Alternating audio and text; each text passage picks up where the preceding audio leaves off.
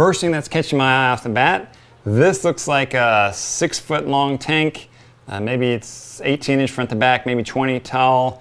So this is somewhere in the maybe 180, 150 range. I like that this tank is longer as opposed to taller. As I've said a lot, saltwater fish like to swim this way, so much vertically. So this gives these fish room to swim around. Looks like we got a yellow tang, a very nice pyramid angel or pyramid butterfly. I love these guys. I always get them from Australia. We've got a sailfin hanging back there in that back right corner. So lots of room for these tangs to swim horizontal and feel comfortable. Digging this already. Let's go jump in here and have a closer look at this reef. Looks like we've got a mixed reef here, some SPS, LPS, some nice SPS colonies. These guys are fully encrusted, getting there, growing, showing their colors. This guy's starting to get to that point where things are really starting to take off. All right, I gotta stop here, let me back up. So this chalice up here in this upper left kind of center there, that looks like a Hollywood stunner or a sprung stunner. And it may be right behind that encrusted SPS there. Those chalices grow very fast. So thinking down the road, like my strategy is of coral placement, placing corals for the long haul seminar that I did, I would move that chalice because it's not going to take long for it to overgrow that SPS that's right in front of it and reach down and sting and kill that green slimer looking coral over there to the right. This chalice is obviously doing well. It's already encrusted onto the back. It's already starting to grow off the back of the tank. That is going to cause problems. I would move that chalice somewhere where it's going to have plenty of room to grow because it's going to take off, which is great, but it's going to grow really fast. In time, you're probably not going to want it, and it's really good about throwing sweepers out there and stinging stuff. So I'd move that chalice out of the way. We've got a lot of real estate here for corals. We've got a nice mint pavona here as well. All right, so let me just take a look at this. Looks like a stylo back there in the back. So this guy clearly maybe is recovering. From the looks of it, it's probably gone. I would cut that out because it can grow algae as well as be a bit of an eyesore. Like, it's not fun when corals grow. This one obviously was doing well and then it stopped. It stops and then you're sitting there, look at the skeleton like, oh yeah, I remember when that was doing great, and now it's not doing great. So I would go ahead and remove that. I would get that out of there, free up some real estate, get yourself a new coral, new SPS, because other things looking here look really good, like this slimer here. Start over. Oh, we've got some nice some LPS back there, nice torch in the back. All right, Christmas tree Monty. This is one of the varieties of Monties that I actually like. I would move that guy. As you can see, it's already starting to encrust onto this rock, which again is great because this guy's having success, but it's going to create a lot of shade down there. It's going to take up space where I'd like to see other lower light corals like some torches or some zoas. So I would move that guy. Get him somewhere where he's going to grow but not overtake things. For example, these nice jack-o'-lantern leptos that are right in front of this thing. These guys look like they're on the mend. They're encrusting over some old skeleton here.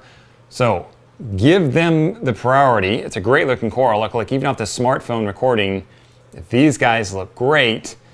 So I would get rid of that Monty. I'd probably just take it out of the tank. It's another green Monty. Yeah, it's a Christmas tree, but I'd rather have more weight and more light given to these jack-o'-lanterns here. Put them up on the rock, let them grow on the rock, provide some nice kind of personality to that coral because it's overgrowing the rock. Got some more green slimer here. This guy clearly likes slimer. Nothing wrong with that. All right, here we go. Another Monty in the back. Okay. Because I'm not a Monty fan and because I'm thinking long-term for this tank because it's starting to do well, I would move this guy too. Put him back in the corner where he can grow in the corner where there's probably not much else that's going to do well, but the Monty will be happy. This looks like a sunburst Monty. He's going to overtake a lot of real estate up high on this reef that I want to give priority to other corals. Now, if this owner likes Monties and he wants that big Monty cap swirling and plating up top, look, more power to him. Personally, I would put it somewhere else.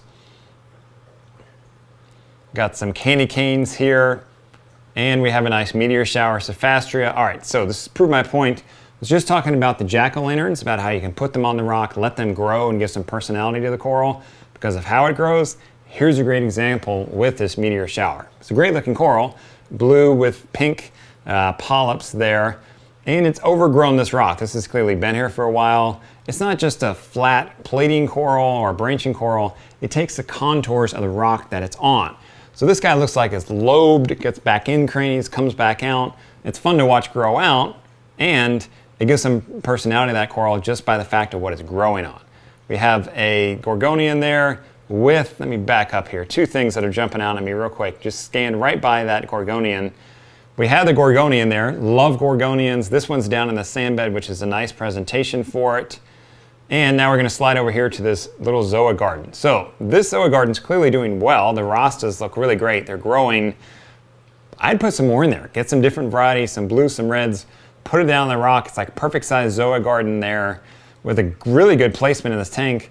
Let that Zoa garden go. Now personally, I'm not an acan fan, so I'd move it out of the way because acans always change colors. They always go back to red or blue. I'd give more weight to the Zoas, but if this guy likes his acans, then hey, he can keep it.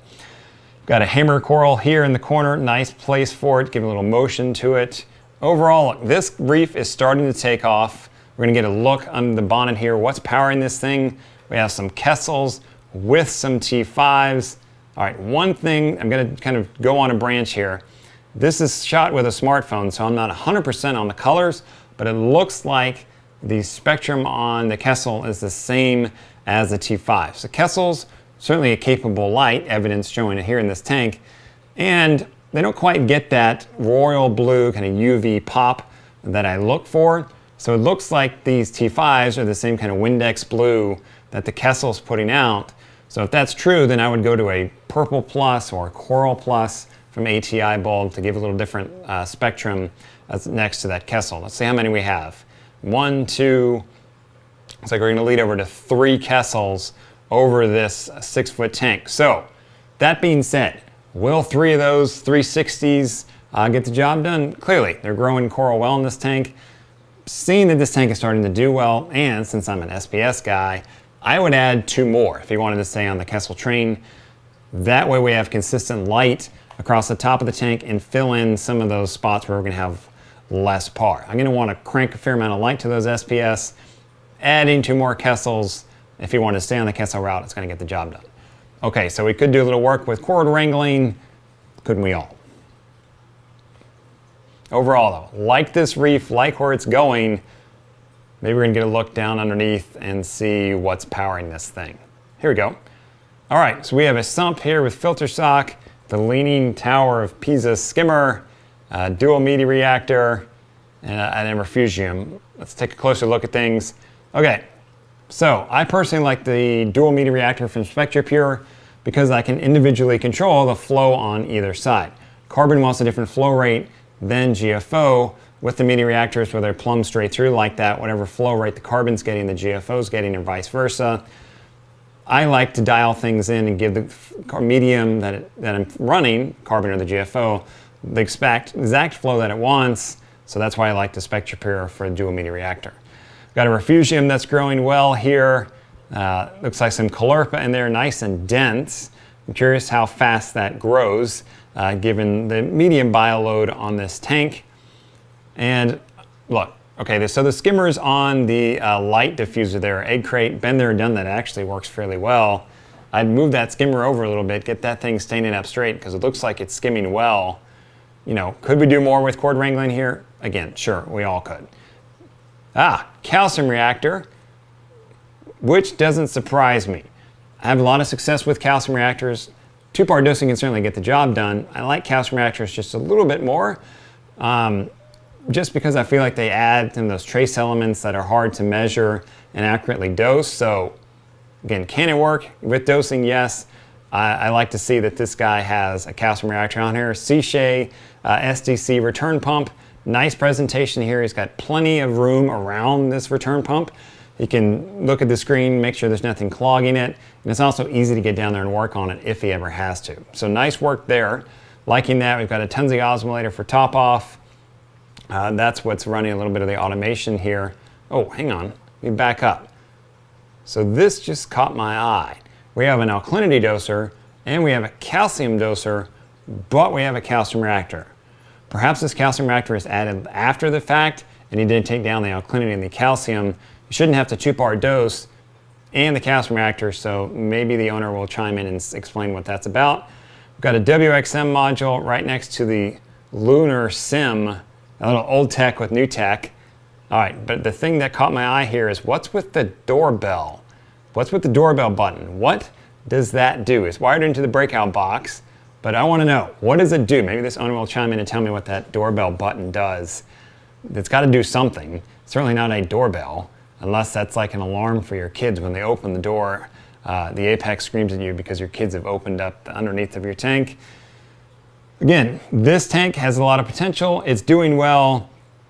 Sure, we could do more with cord wrangling, but that's being picky. Overall, look, it looks really great. I would add in some different SPS, get rid of some of the monis, because this tank looks like it's running, starting to really take off. Again, different strokes for different folks. If he likes this moni, keeps them. That's just me, but I like the footprint, like the presentation. What a great looking tank. Really curious to see this thing in 6 months to a year.